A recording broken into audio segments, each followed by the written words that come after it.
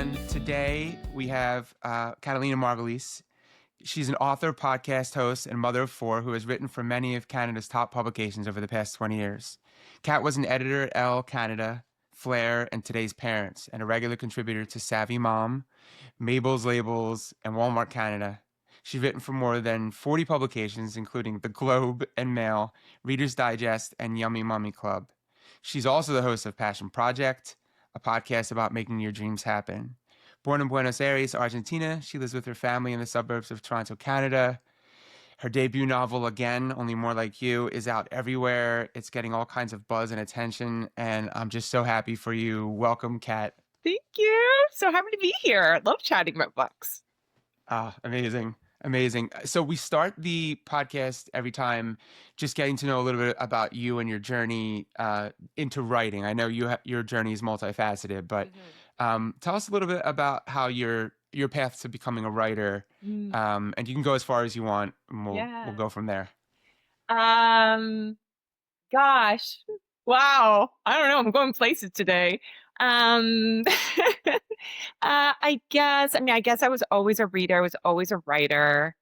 Why was I so passionate about books? And maybe my parents' divorce, the parents splitting up and uncomfortable moves. And I had a really happy life, and there was a lot of turmoil for many years while my parents were figuring things out. Maybe that's why I found books to be my happy place, and I disappeared into them and just became a voracious reader, as they say. And and I think, just absorbed all of that by osmosis, because definitely as an adult, I haven't done a lot of reading. I really struggle even now to get reading into my busy schedule. So I just am so grateful that I just soaked it all up when I was a kid and I had all the time in the world.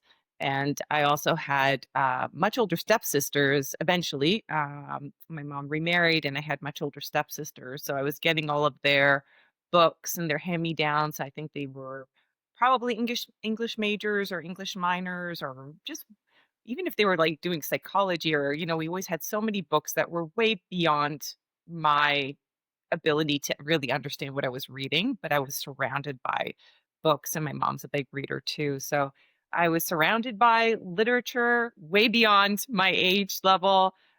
Had a lot of time, and it was just my happy place. And so I think there was no other option really for me but to become a writer. And when the time came to decide what I was going to do with my life, I'm like, everybody told me I was a writer.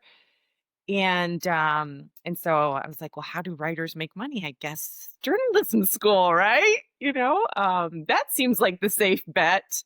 And so I went to journalism school, and was just so excited to be able to do something. And I was really lit up after college. Went to college first for journalism school, and then I ended up doing university after that, just to waste a little bit more time before adulting. And I did not study English. I was not an English major. I ended up becoming a French lit major and Spanish lit minor.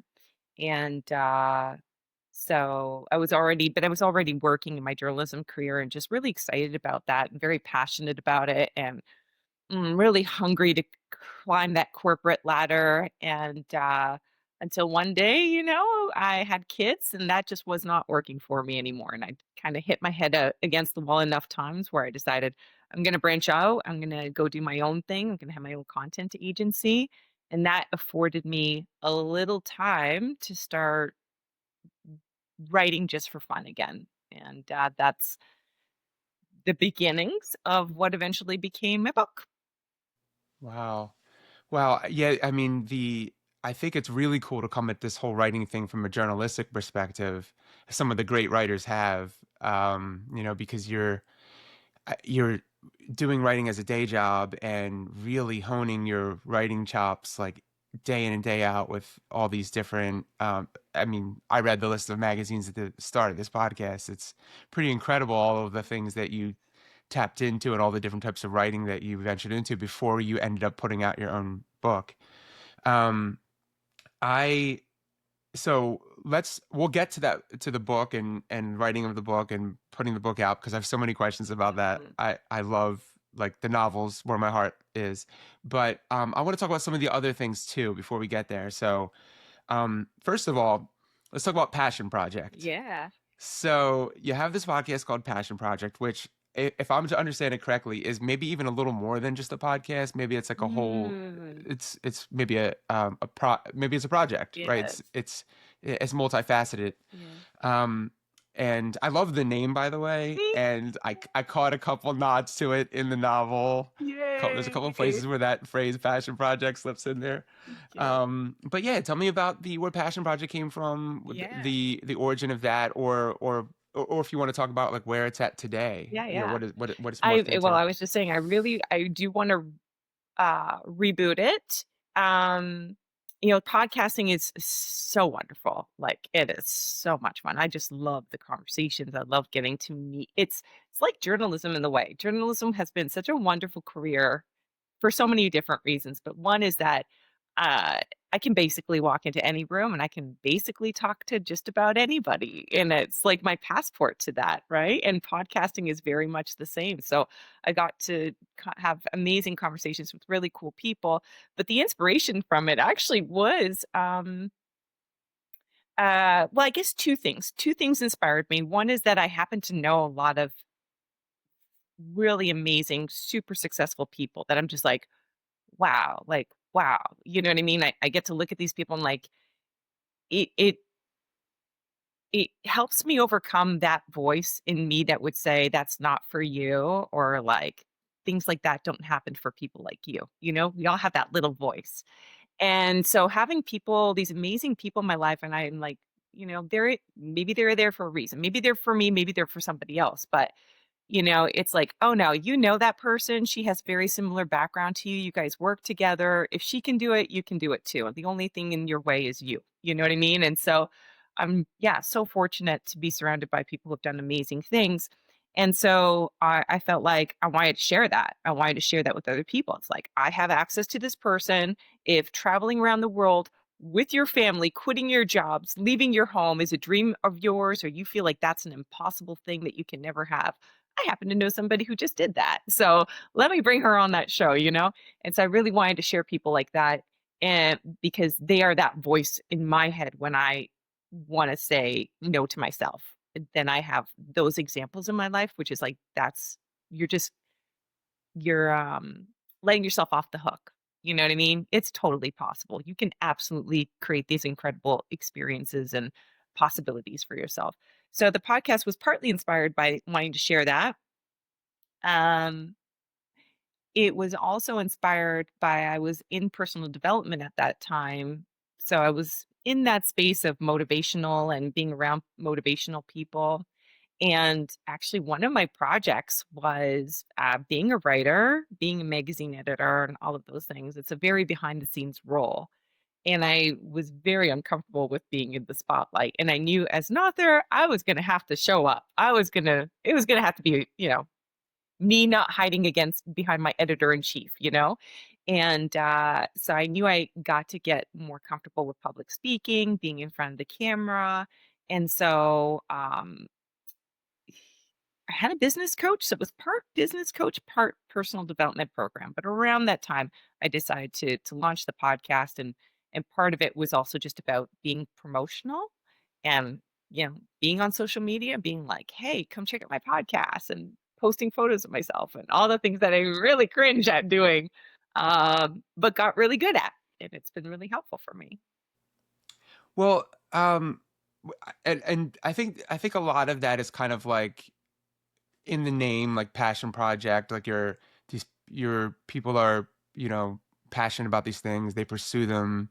It takes courage to work to kind of like really invest in that and commit to that as a life choice and all of that. Um, and I absolutely could see you're wanting to share that. I I'm curious to know, when you did that, when you started that, was there anything inside of you that was like, because I want to write a book and I haven't written that book yet, or did that idea come later after Passion Project started, and then you? Definitely. I mean, right at the beginning, it was just people that I already knew. But once I had it going, and then sometimes it was just somebody with an incredible story, or I was just so inspired by certain people. Like I interviewed a pastor friend of mine, and just people that I thought, just give me so much hope and things like that. But then eventually I did end up just be like, hey, I want to talk to this person. Like I want to pick this person's brain, and so that did, and then I started doing like thematic seasons. I started doing gated seasons. It was never behind a paywall, but I wanted to know who was interested in what. And that's part of why I sort of changed how I delivered my podcast. But I might go back old school to just everybody help themselves. But yes, the choice of guests definitely became a lot more intentional and strategic as to what I was wanting to get out of it and what I was hoping to deliver to my guests. And it wasn't so willy-nilly. It wasn't so much like, oh, I know this person, or this person's really interesting. It became a lot more intentional. Right, right. Let's move. Let's shift over to the book because I have so many questions about it. I loved it. Just finished it. Yeah, it was beautiful. As a dad of three children, I can connect to so many scenes in the book, which is like you really nailed like the family life for Carmen. Um, but I want to talk specifically about like the journey there. So I know without me, I don't know how deep you want to delve into this, but I know it was that getting that book from conception or from like idea to here it is on the shelves was a journey for you. So I just want to know about a little bit about that journey. Um, you start off talking about it, and then I'll ask any follow-up questions I Yeah. have because I'm sure I'll have some other like very specific questions about the different parts of the journey. Absolutely. And just like I gotta like just speak this because this has never come up for me today. It's so funny. A couple of things are coming up for me today that haven't happened before. Um, was I've really never linked the journalism background to the realism of the book. And although I've read so much fiction, I wanted this book to be decidedly anti-fiction or like nonfiction, as nonfiction as fiction could be.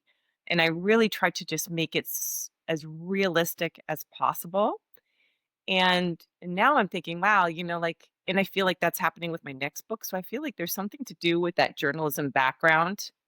And people have commented on my dialogue being really great and like, how do you do that? I'm like, I don't know, it just happens. But I think, definitely the journalism and the listening for the quotes and, pulling those quotes. I definitely see how the journalism has fed into my writing style. It's been a very long journey. So where did it begin? It began when I did get fired and I was pregnant, which actually happened a couple times. I've never told anybody that, Jason, but I've actually lived Wow. that experience a couple of times.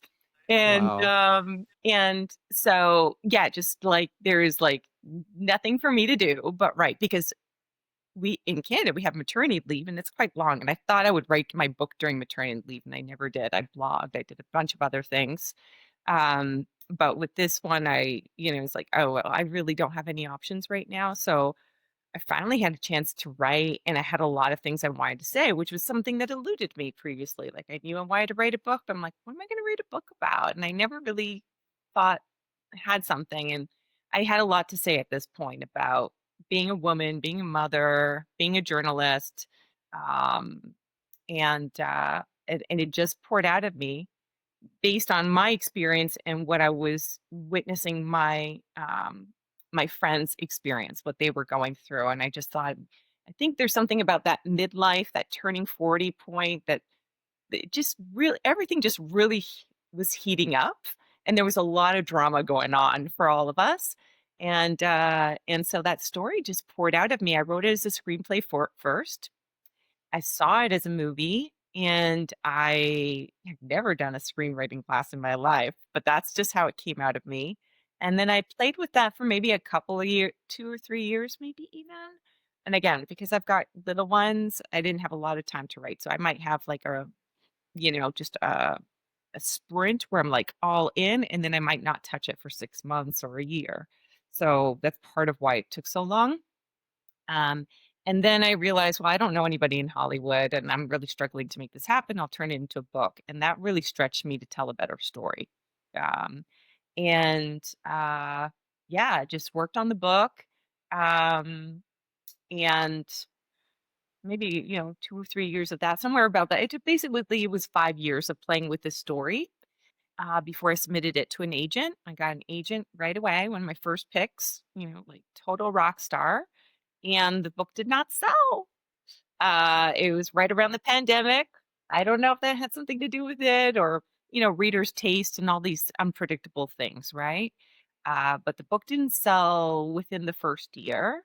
And so I asked my agent to stop submitting it, and I said, "I'm gonna work on it some more," and I did. But I was also working on my next book, so I was, again, taking time off, 6 months to a year, between drafts, um, and eventually found a publisher for it, and then 2 years to bookshelf from there, and here we are. So the okay, you're giving me information I did not know. So I had no idea this started as a screenplay. That's unbelievable.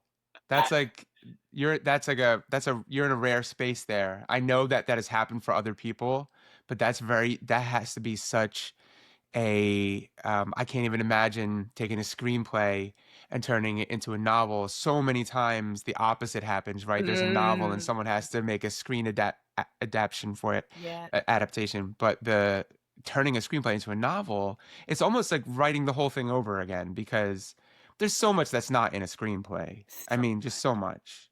And So really, yeah. you can keep the dialogue, right? You can keep the Yeah. dialogue, keep like your idea for what the scene would have been, but then you have to Yes. write it. That's a whole Yes. different thing. Wow. Yeah. So good for you for writing two very different versions of that. That's very cool. Thank And you know what? If your book ever gets tapped for a if movie anybody's or a TV listening. show, yep, yep, it's all ready to go. That's amazing. Yeah, thank you. Um, but I want to talk about the agent, the Yes. shopping it for a year. From what I understand, the shopping a book around for a year or even two, and then it dying on submission after you already have the agent is very common. That's what I'm hearing these days. Yeah. And I And didn't know that.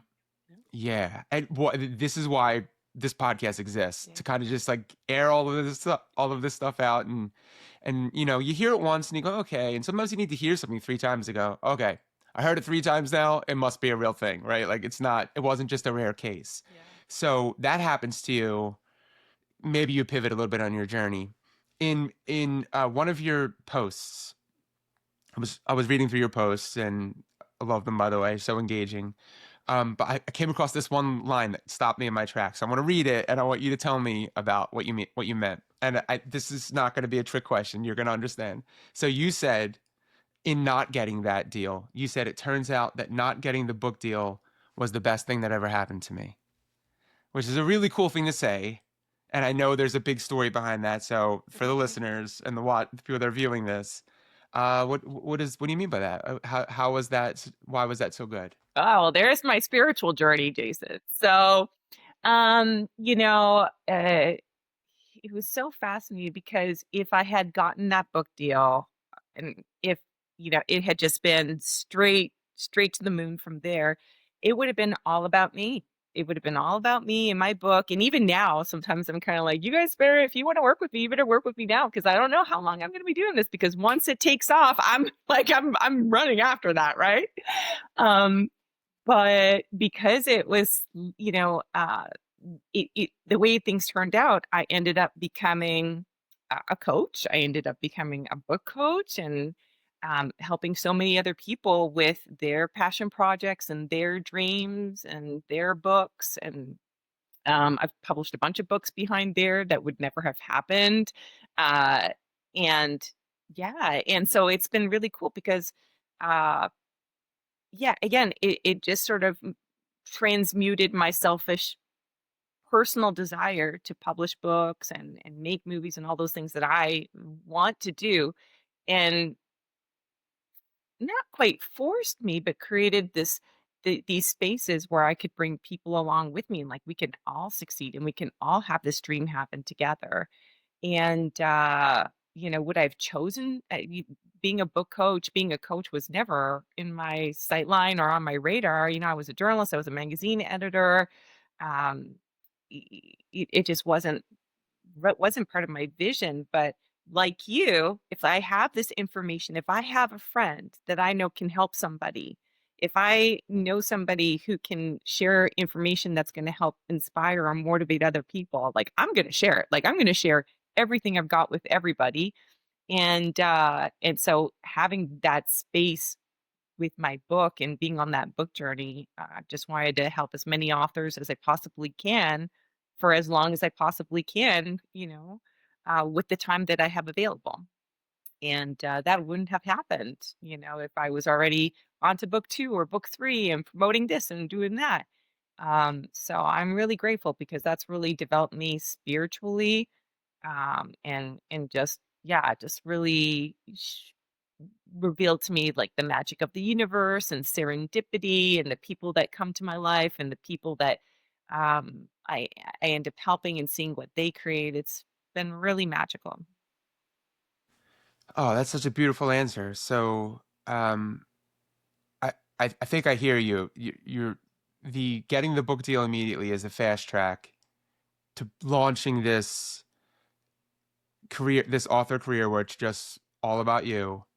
Um, and you would never, if I'm understanding you correctly, you would never even entertain the idea of book coaching at that point. But then you don't get the book deal, and now suddenly you become a book coach, Mhm. and um, yeah, I mean, it sounds to me like it it forced you in a good way Yeah. to build out your community, a real community of people, Yeah, like a real. absolutely. So I mean, And it was if funny you because, had, like, if I hadn't gotten the agent, I don't know if I would have gotten my first clients. It was because of that initial pop of success that people started saying, "Oh," like, a friend would wanna write a book, and somebody would be like, "Oh, you gotta talk to Kat. She's got an agent." So, like, I got all this pop, pop, pop, pop, pop of people being sent my way because I had that initial success, but now I had all this space and time because the book was not going anywhere, while I'm uh, while I'm waiting, it's while it's out in. Lane, I'm not allowed to touch it. So yeah, yeah. it was quite interesting. Yeah, but it's beautiful. Like it sounds like it was almost healing for you to because that community, that feeling of having a real community to talk about writing with, whether you're coaching them or whether you're just like they're one of your peers, but just having a real community around you Mhm. where you can like talk about this stuff regularly. I think it's necessary to sustain a long career anyway. So you would have been maybe like not as authentically looking for that anyway at some point, but Mm. this seemed to be a very authentic like pivot for you, and you're able to establish this community so that now that your book's out, it's being celebrated in a very real way. Mhm. Yeah. But yeah, so let's talk about the agent thing real quick because um from what I understand, this you released the book with a small press, not with the big five, and which is particularly interesting to me because I also like am looking for the big five. I'm like in a very similar space to this. Yeah. I like the idea of how every avenue of publishing has its merits, has its value, including indie publishing. But for your two, the small press versus the big five that you were going for, Mhm. so you had an agent, didn't work for the big five. Do you maintain that same agent and then just go to small presses, or do you now no longer work with that agent and you just decided to go out on your own to the Mhm. small press? How did that actually work out for you? If you don't mind Oh, no, talking about absolutely. So we stayed, and then I was working on book 2, and there were some things that I just wasn't thrilled with, and I can get into maybe agents and give some what I how I would do things different, but I just wasn't thrilled about the attention I was getting. Granted, this was a big agent at a big agency who only looks for big 5, publishing deals. But I just wasn't there's just some things where it's like stacking kind of grievances, not quite grievances, but I'm it? like, not loving this, not loving this. And then two deep deal breakers. One was we weren't aligned on book 2.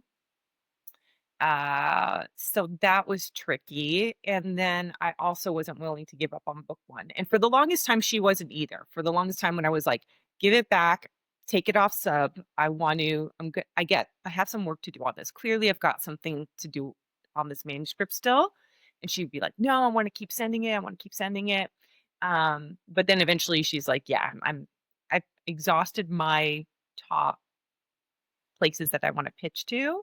And I was not done with that book. I was just like, I don't care where we place it. I just want it out there, you know? Right, And right, so that at that point, it's like, I'm so grateful for the time that we had together. I'm so grateful for everything you've done, for loving this book as much as you've done. But we're not going to move forward. And at that point, I took it in my own hands and I got the deal with the small press. Even though they do work with agented authors, I ended up getting that book deal myself. And so I think there's something to be said, I'm thinking about getting an agent from book 2. I'd like to play with it. Um, and I'm also really happy that I can probably try for a small press of 2 on my own without, if I want to. And there's some big agents I'm looking at and maybe some newer agents, but there's just maybe something to be said that I really wanted the creme de la creme. But as a debut author, you haven't proven yourself, so you're just not their priority, right? So something to right, be said of, maybe, and I've talked to a lot of other authors since then, there's something to be said about looking at maybe a younger or newer agent at a bigger agency. So somebody who's got access and leverage, but is still early enough that they're building their list and maybe can be more attentive. Something to look at that, or yeah, I just think maybe something that's a bit more boutique. um and then you've got kind of more salesy marketing agents, which I think is the what I had.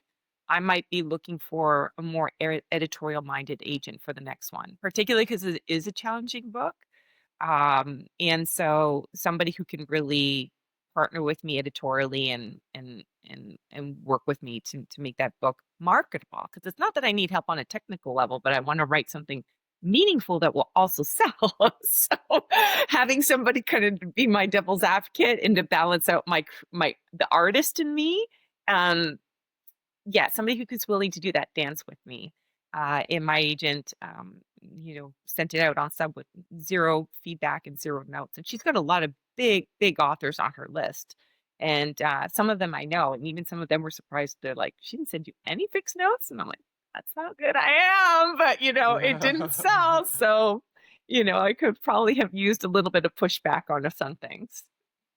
Well, there's a lot of wisdom in what you just said, uh, and once again, Kat, I think your story, I've heard this story before, is not uncommon for writers to and agents to amicably part ways. Hmm. It's part of it, and especially with a second book, the agent's not gelling with what your vision was, then that makes total sense to me.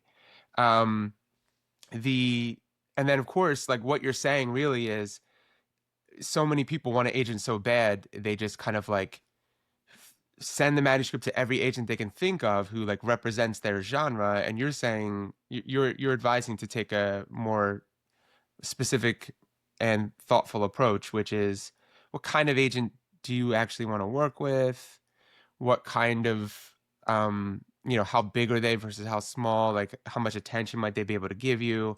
All those things are worthwhile considering because you know you're proof and other so many others are proof that sometimes not having having the wrong agent is worse than not having an agent at all, Yeah.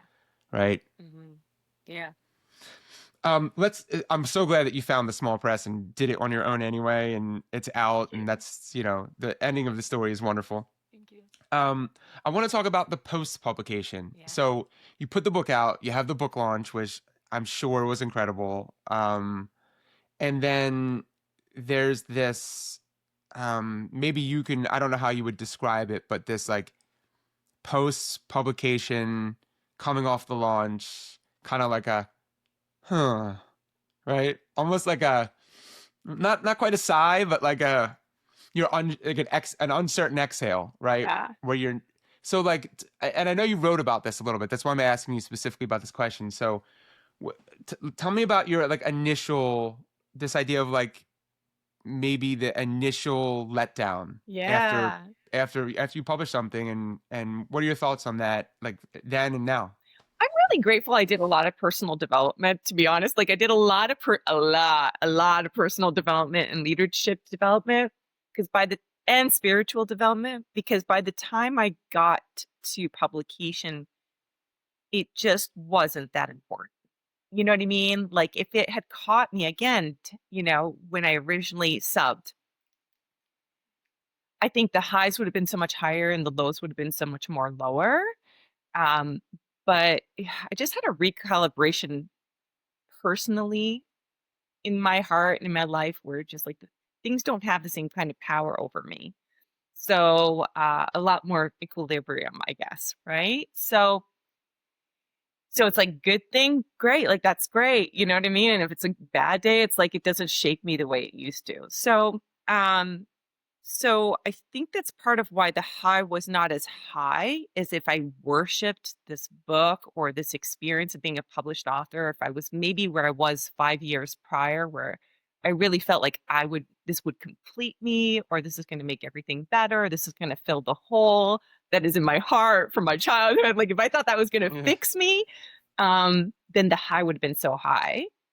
And, and then again, the coming down. So I entered it into it like, this is pretty cool. Like, this is pretty cool. Like, I think my comfort was more like, I just want to do the best I can for this book that has given me so much. This book gave me so much in so many different ways that I just felt like I just wanted to give back to it. And I wanted to help it reach as many people as it's meant to reach and part of that is through this promotional machine and experience.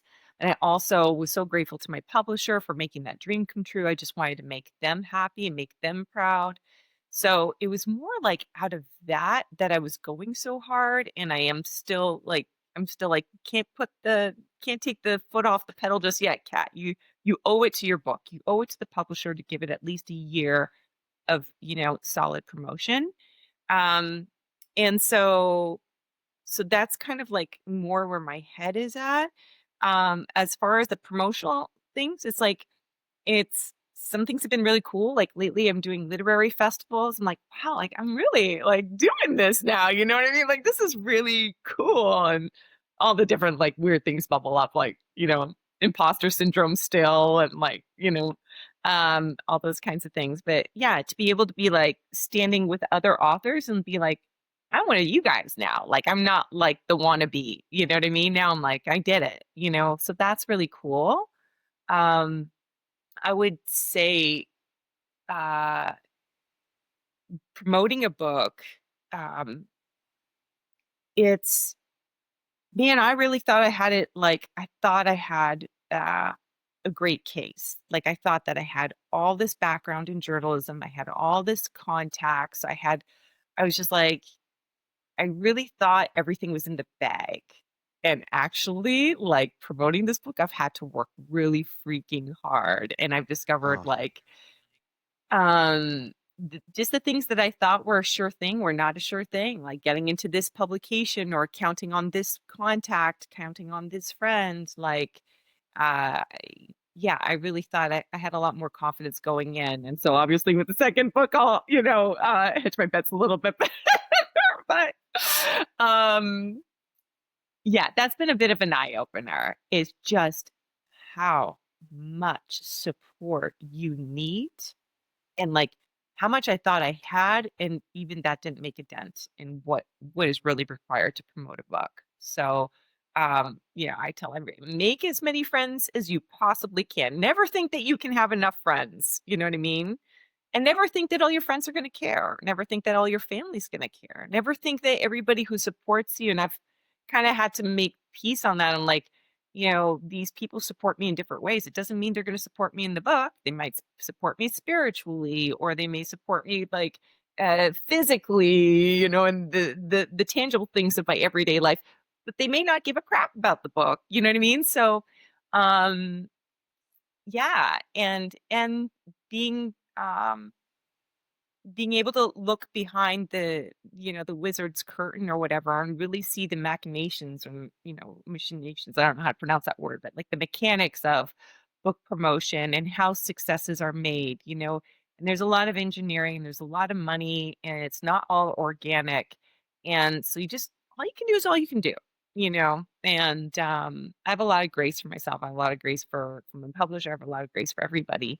And yeah. I love that answer. Specifically, I think so.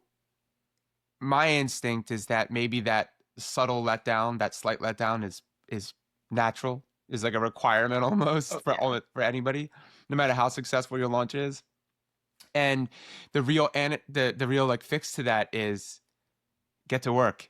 Now's the time to get to work, right? Like you Mhm. enjoy the party, have fun, let it react to it however you want, but then get to work, right? There's a lot of work to be done after that to kind of you got to hit the ground running and really push it. Mine's So that's worth great it. advice. That's great. Yeah. That's great tips for any writers listening that's ready to get on this journey. And I'll share, like, also, like, so much push toward the launch day, but what my publisher always keeps reminding us is it's a long game. It's a long game. Mm, yeah. And actually, I just saw something again, like, last week or this week about it. Again, looking to book 2, you know what I mean? What's gonna matter when I'm trying to pitch book 2, and it's actually long game. Like, if you sold a ton of books out of the gate, yeah, that's pretty great, but were you able to maintain sales, or did it just fall off a cliff? You know what I mean? So, actually, the long game is really important, and nobody's really stressing that for authors, like, to Right. have a long game launch strategy. And how are you gonna make sure books are selling in month 4, 5, and 6? What's your plan for that? Because that's I important too. I love that, Cat. So it's not a launch party. Yes. It's a launch strategy. Mhm. I'm with you on that. I love that advice. Mhm. Um, okay, we've reached the fast round portion of this. There's a couple quick questions you can answer. It could be one word answers, no explanation required. Just a fun bunch of questions to end the interview. So the first question is the classic: Are you a plotter or a pantser? Oh, I'm such a pantser. I'm such a Okay. pantser. It's only one word. I can't go on. Okay. No, that's perfect. I'm so glad you said that. I was going to ask you. We were a little bit out of time, but I was going to ask you about this idea of like surprise, adding surprise to your writing. I know that's something you Mm. talked about, but yeah, I'm with you. I love that. What's one writing rule that you don't really agree with? Prologues are coming up for me right now. Oh, okay, okay. The one that says you're not allowed to use a prologue. Yeah. Yeah. Okay, okay. I'm right there, Kat. I'm debating a prologue on my current book, and I'm like I saw completely an split argument because on it's the like, issue. every TV show on Netflix is starting with everything is starting with a prologue, but books are not Yeah, supposed to? Like, yeah. right. No, I got you. I'm with you. Okay. Okay. Who inspires you? This could be Mhm. spiritually, personally, or professionally, like in the writing space. Doesn't matter. Oh, it's such a great question. Oh, that's a hard question. I know. We can come back to it if you want. Okay. Okay. Um, or we can just skip it totally. If you can, you've done a lot of this already, this interview, but if you could give one like parting piece of advice to up and coming writers, what would it be? Yeah, I would say make as many friends as you can make. And particularly writing friends, because that's who I've really noticed. Those are the people who care, who get it. So writing community, let people in sooner. I did later, like in my because my journey was super long. So for 5 years, I did grow my writing community, but those first 5 years were completely alone and sheltered. And um, yeah, I think the more people you let in, the sooner you let them in, and grow your writing community, grow your network. And really, those are going to be your biggest cheerleaders, are people who write books or want to write books. Yeah. I, I I couldn't agree more. That's the best. And final question in the fast round is name a book that changed your life. Hmm. Okay, I have two. So one is oh, and I always say this and then I forget the title. So it's Emile Zola, actually, in his book L'Assommoir. I don't know. Oh, That's a French title. I don't know what the English is. oh, it sounds cool already. And it's like, for the first, I don't want to ruin it for anybody, but it's like, I was in Spanish lit class, and I said, I don't really like Spanish lit. I'm realizing I don't really enjoy Spanish literature. My teacher was like, why? I'm like, oh, I'm reading this book by Emile Zola, and it's so wonderful, so beautiful, it's so romantic. I love it. She's like, what part are you at? And I'm like, oh, I'm like here. She's like, tell me when you get halfway. Oh, it's one of and those then, ones that changes. oh, and it's the most devastating book I've ever read in my freaking life. So the fact that he could do Wow. that in the same book, but I also just always feel like we're all one slippery slope away from destruction and ruin. So I just wear that on my shoulders. I don't know, like from an Yeah. existential standpoint, I'm like, in any moment, fortunes can change for better or for Right, worse. right, Yeah, I'll just leave it with right. that And then one. there's another one you said? Yeah, the other one's maybe more motivational. So I always love to throw this one because I think this is a life-changing book. It's called The Big Leap by Gay Hendricks. And it's a different perspective on limiting beliefs and our internal glass ceilings. And as a coach, I can totally spot it in people when they're on the cusp of something or they're struggling with a decision or choice. Or, yeah, it's a fascinating book into our personal psychology. Very cool. Very cool. Listen, Kat, it was so amazing having you on. I loved hearing your story. I'm so excited for you for your book and for you to continue the long book launch strategy that you're on right now. I just think that's the best, and I'm so happy to hear that you're on your second one and you're moving towards the next. And I hope this is the beginning of a long and beautiful journey for you. I hope so too. Thank you, Jason. Thank you so much. Of course. So before we go, is there anything that you want to plug or promote, or just tell even just maybe tell Yeah. the watchers, the viewers Again, and Only listeners More how to Like find you? You is available in your bookstores, Barnes and Noble, all those places, but please ask for it. Please ask for it at your library and at your local bookstore. And you can visit me at catmargulis.com. I do have a weekly newsletter where I share tips. I have a Substack too where I share tips and advice on writing and publishing. Awesome. Thanks for everything, Kat. I hope you have an amazing rest of your week, and I look forward to checking out the next one. Thank you. Thanks, Jason. Thanks so much. Thanks for watching The Right Thing. If you're interested in learning more about what we talked about in today's podcast, you can head over to Substack to check out my newsletter at jasonearhart.substack.com for an even deeper look into the writer's journey. Also, make sure you subscribe to the podcast. That way you can check out all the things we'll be talking about in the coming weeks. We'll be back next time with another interview, offering more insights to take your craft to the next level. Until then, just keep writing.